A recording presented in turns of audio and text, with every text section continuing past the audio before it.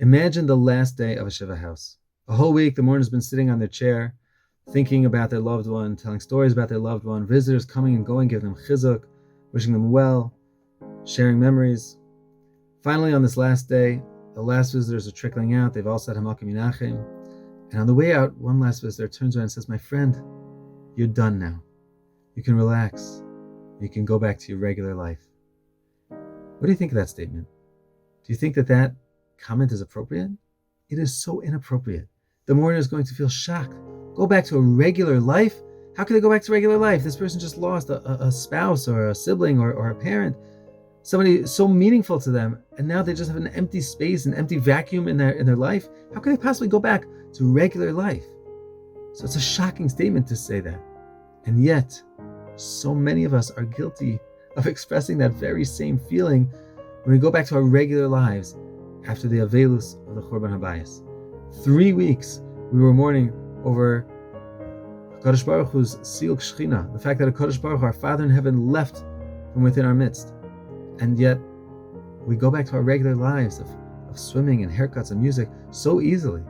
We're missing something. What's wrong? What are we not doing right? What are we not connecting to?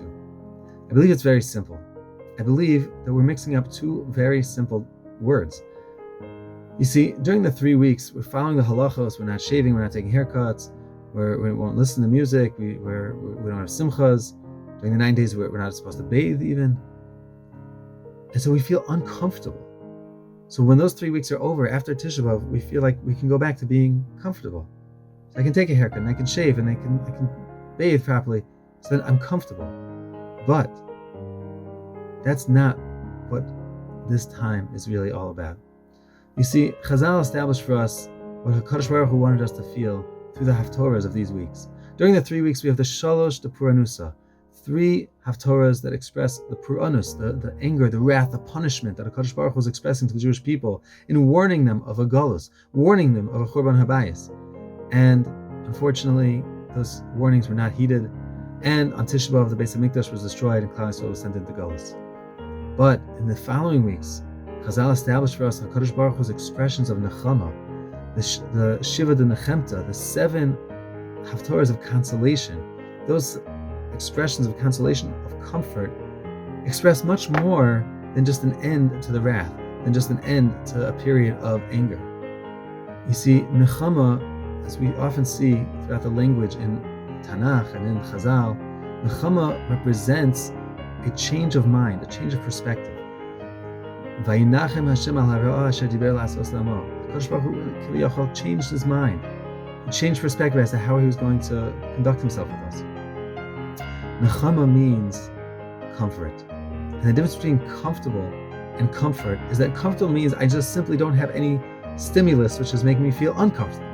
But comfort means that I recognize that I have pain, and something allows me to address that pain and resolve it and move myself to a better place. It's a nechama because it's a change of mind, it's a change of perspective. I'm becoming a greater person because I've overcome my pain. I'm taking that pain with me, but I'm taking it with me to a greater place. And that's why the Shiva de Nechemta represent that time of taking the pain, of learning lessons from the Churban and bringing that with us to a better place. You see, the Shiva de Nechemta lead us directly 7 weeks after Tisha B'Av to where? To Rosh Hashanah. We're completing the year from Av and Elul straight to Rosh Hashanah to start afresh, to start anew, and say, I can learn those lessons, and I can become better, and I can have a nechama. The Midrashim tell us that there's a double language of Nachamu, Nachamu, Ami. HaKadosh Baruch Hu says to the Jewish people, be consoled, be consoled. Why does he have to say it twice? The Midrashim tell us that every nechama has a change of perspective, that not only will a person feel better after going through a trauma, but they will look back and be able to see how that trauma actually helped them, actually was good for them. We don't understand the negative things that happen in this world. We don't understand why people go through suffering and trauma. We don't have answers to those questions. We don't have full answers to why HaKadosh Baruch Hu destroyed the Beis HaMikdash. But we know that we can come out stronger. HaKadosh Baruch Hu's message to us is that we can come out stronger if we take that pain and we channel it to a better place. When we zoche to a true nechama this year, Nachamu, Nachamu.